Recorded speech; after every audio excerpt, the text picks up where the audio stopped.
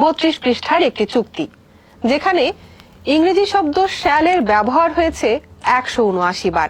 এর মধ্যে 131 বারই শ্যাল শব্দটা জুড়ে দেয়া হয়েছে বাংলাদেশের সাথে। বাংলাদেশ শ্যাল, অর্থাৎ বাংলাদেশ নির্দিষ্ট কিছু পদক্ষেপ নিতে বাধ্য থাকবে।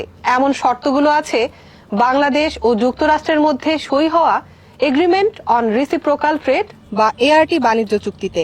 এতে যেসব শর্তের কথা বলা হয়েছে সেসব মানতে হলে জ্বালানি, প্রতিরক্ষা ও স্বাধীন অর্থনৈতিক সিদ্ধান্ত নেয়ার ক্ষেত্রে সীমাবদ্ধতার মুখোমুখি হতে পারে বাংলাদেশ। এই চুক্তির ধারাগুলোর প্রভাব কোথায়, কেমন, জানবো আজকের স্টার এক্সপ্লেন্সে।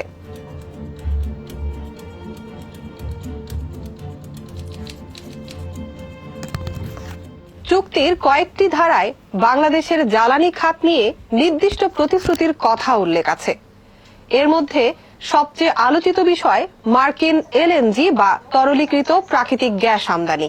দীর্ঘমেয়াদী এই চুক্তিতে উল্লেখ আছে আগামী 15 বছরে বাংলাদেশ প্রায় $15 বিলিয়ন অর্থাৎ 1500 কোটি ডলারের মার্কিন এলএনজি কিনবে। এছাড়াও পারমাণবিক প্রযুক্তি নিয়ে ধারায় বলা আছে এমন কোন দেশ থেকে পারমাণবিক চুল্লি, জ্বালানি রড বা সমৃদ্ধ ইউরেনিয়াম কেনা যাবে না যেটি যুক্তরাষ্ট্রের নিরাপত্তা বা কৌশলগত স্বার্থের জন্য ঝুঁকিপূর্ণ বলে বিবেচিত হতে পারে। আরো বলা হয়েছে বাংলাদেশের তেল, গ্যাস ও বিদ্যুৎ খাতে মার্কিন বিনিয়োগের ক্ষেত্রে বিদেশি মালিকানার সীমা শিথিল করতে হবে, মার্কিন বিনিয়োগকারীদের জন্য সমান সুযোগ নিশ্চিত করতে হবে এবং বকেয়া পাওনাও দ্রুত পরিশোধ করতে হবে। চুক্তির এসব শর্তে বাংলাদেশ কিছু পরিস্থিতিতে জটিলতার সম্মুখীন হবে।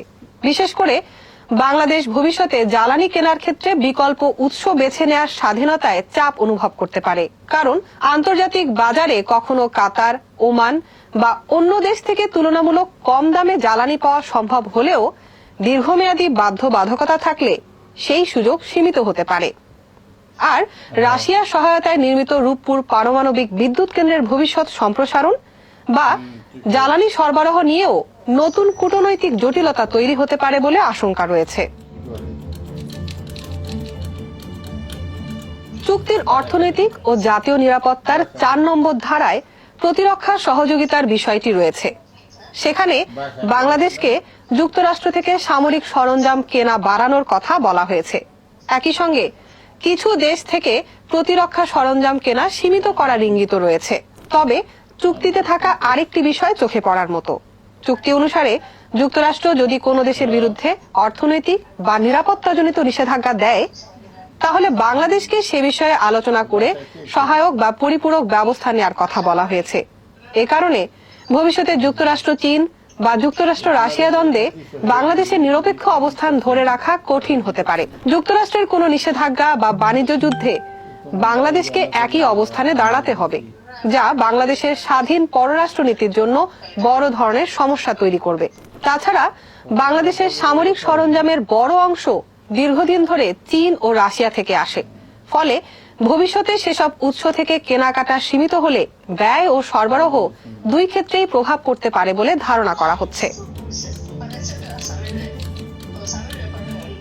এছাড়া চুক্তির কয়েকটি ধারা বাংলাদেশের স্বাধীন অর্থনৈতিক সিদ্ধান্ত নেওয়ার ক্ষমতা নিয়ে আলোচনার জন্ম দিয়েছে।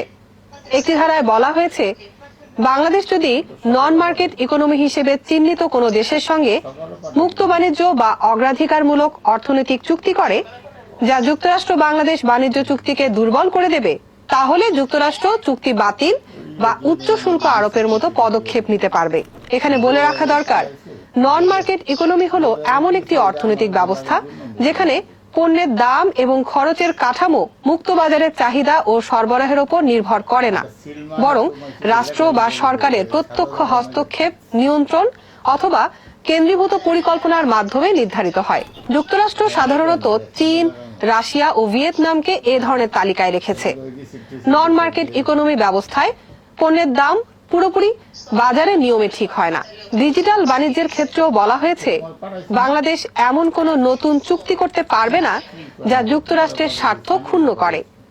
এমন হলে যুক্তরাষ্ট্র সরাসরি চুক্তি বাতিলের ক্ষমতা রাখে। এছাড়া খনিজ সম্পদ, টেলিযোগাযোগ, বিদ্যুৎ ও অবকাঠামো খাতে মার্কিন কোম্পানিগুলোকে বাংলাদেশের প্রতিষ্ঠানের সমান সুযোগ দেওয়ার কথা বলা হয়েছে। আরও একটি আলোচিত বিষয় হলো রাষ্ট্রীয় ভর্তুকি। চুক্তিতে বাংলাদেশের উৎপাদন খাতে দেয়া বিভিন্ন ভর্তুকির তথ্য বিশ্ব বাণিজ্য সংস্থায় জমা দিতে হবে।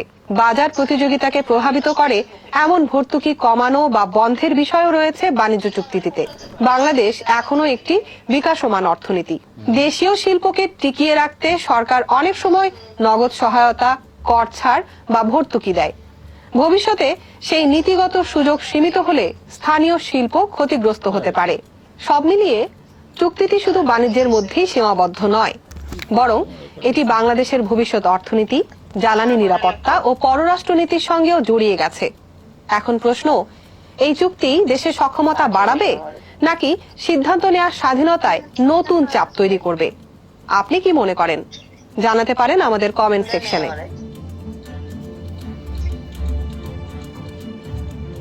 নিজের সামনে মানে তো আমি করবো না যে ভাই যে